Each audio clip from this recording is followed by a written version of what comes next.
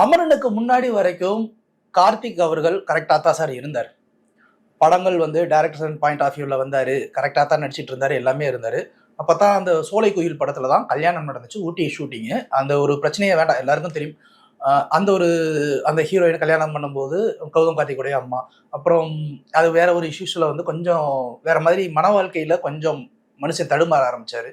தடுமாற ஆரம்பிச்சதுக்கப்புறம் அவர் வந்து 100வது படம் மோஸ்ட் யாருமே யூஸ் பண்ணாத ஒரு படமாக இருக்கணும், பக்காவாக ஒரு ஃபாரின் மூவி மாதிரி இருக்கணும், இங்கிலீஷ் படம் மாதிரி இருக்கணும் அப்படின்னு நினச்சி அவர் அமரன் அப்படிங்கிற ஒரு படத்தை வந்து எடுக்கிற எஸ் ஈஸ்வரன் நினைக்கிறேன் டைரக்டர். ஆக்சுவலாக அதுவே வந்து direction full and full Karthigai. நீங்கள் அந்த படம் பார்த்தீங்கனாலே தெரியும். பட் அவர் எதிர்பார்த்த அந்த ஒரு ரீச் அந்த படம் கொடுக்கல. அமரனுக்கு வந்து ஒரு பெரிய ஹைப் இருந்துச்சு, பெரிய ஓப்பனிங் இருந்துச்சு. எல்லாரும் ஒரே வார்த்தையில் என்ன இருட்டுக்குள்ள படத்தை எடுத்து வச்சிருக்காங்க அப்படிங்கிற மாதிரி. அது அந்த ஃபிலிம்லேயே வந்து அப்போ வேற மாதிரியான ஒரு ஸ்டைல் பண்ணியிருப்பார்.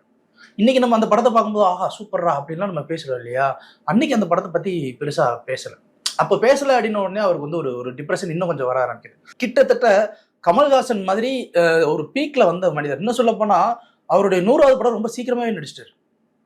நம்மளாம் இப்போ வந்து 50வது படத்துக்கே தடுமாறிக்கிட்டு இருக்கோம். அவரெல்லாம் 100வது படம் அவ்வளோ சீக்கிரமா நடிச்சிட்டாரு. ரொம்ப ஸ்பீடு.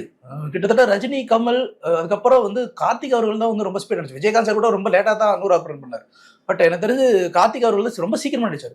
ஆனால் அதுக்கப்புறம் பார்த்தீங்கன்னா 100 படம் அவ்வளோ சீக்கிரமா நடிச்சாரு. அதுக்கப்புறம் வந்து பார்த்தீங்கன்னா 150 படம் இன்னும் ரீச்சே பண்ணல.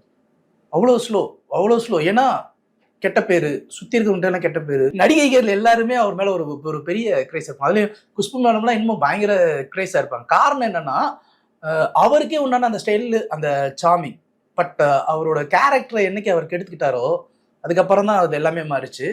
அது மாறினதுக்கு அப்புறம் அவர் மீண்டு வர்றதுக்கு நிறைய முயற்சிகள் பண்ணாரு. பட் என்னன்னா அவருடைய எரா முடிஞ்சிருச்சு.